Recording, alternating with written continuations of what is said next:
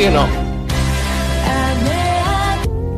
pag hindi ko kasi ginawa yung ginawa ko sa Davao, isasakripisyo ko yung mga bata at isasakripisyo ko yung mga tao and yung pag-progress ng syudad.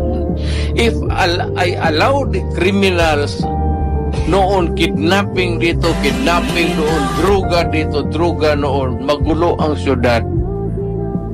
Yun ang sitwasyon. Nung pumasok ako ng mayor, nag-warning ako. At ang warning ko talaga ganito, wag mong gawin yan kasi papatayin kita. So, ang Davao ngayon maganda na. Tapos naman sila lahat. Napatay naman.